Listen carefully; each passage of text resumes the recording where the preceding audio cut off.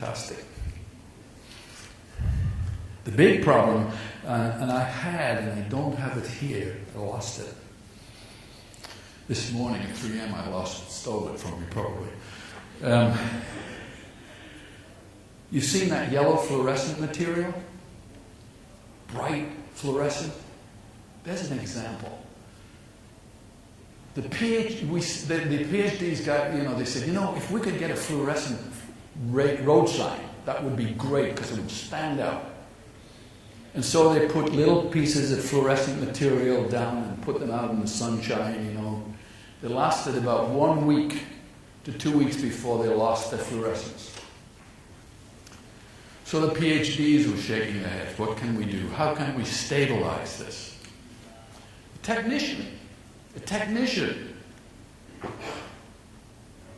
didn't tell his supervisor or his manager. He just took some of this yellow fluorescent material and he put it into the plastic and put it out in the sunshine. And it now lasts for 10 years. Because the plastic stabilized the fluorescent material. Stabilized it. Now you have those nice bright yellow signs. There's one that's missing. We want a fluorescent red. We have yet to find a fluorescent red. If any of you guys have got any ideas, come and see 3M. We can use it. Moving right along. If you want to activate innovation in your organization, and we heard something about this morning, you have to have vision. Where is your organization going to go? Just recently, 3M announced that it was forming a new business unit called Renewable Energy. Renewable Energy.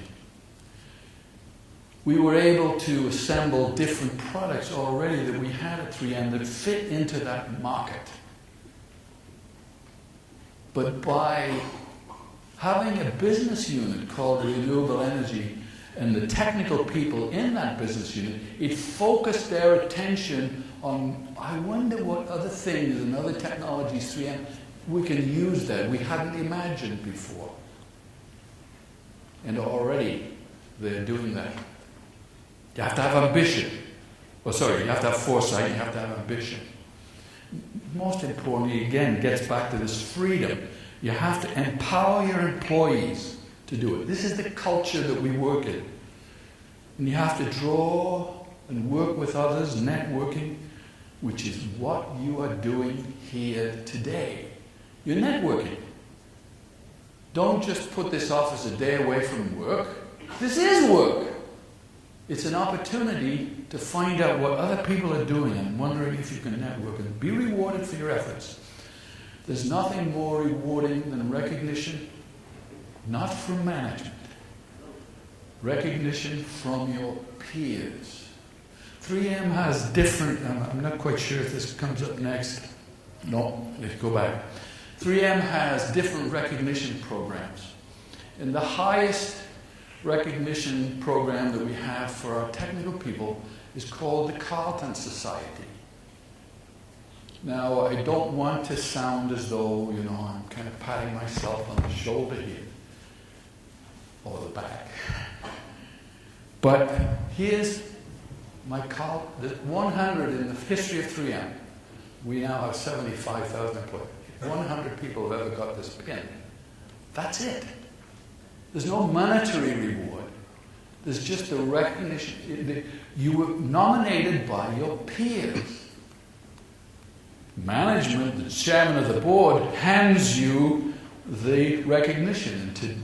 About 2 weeks ago, because we're invited back every year to the Hollywood ceremony where they don't know who's going to get it, and it's all a big secret. 2 weeks ago, one of our employees who's Chinese won the Carlton Society. He was the only award this year. Sometimes we have two, sometimes we have three. One. That's what you get. It's the recognition of your peers. It's so important. Okay. Let's talk about, this morning I heard about articulated needs and unarticulated needs. Well, the fact of the matter is that if you go to the customer and the customer asks you for a different modification of the product, which will tend to be incremental, that's fine, it's required, but what will happen is you will satisfy the customer. That we hear about, you've got to satisfy the customer. But when it comes to the unarticulated needs, because the technical people go in to General Motors or Toyota, which we do, and when they're there, part of what their responsibility is, and they know it's part of theirs, they've got to look for other opportunities.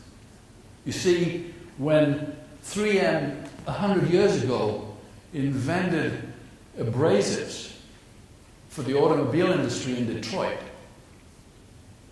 when the guys went into the Detroit automobile industry, they found that the people who were building automobiles were cursing and swearing because they were making two-tone colors, and they were using newspaper, spray the color up here, spray the color down there, and 3M came up with what we all call masking tape.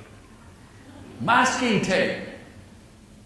You see, when you go to the customer, open your eyes to what else the customer is doing, because you will possibly see a solution that they haven't even dreamed about, because you know some background technology. And that's the unarticulated need, and that's how you delight the customer.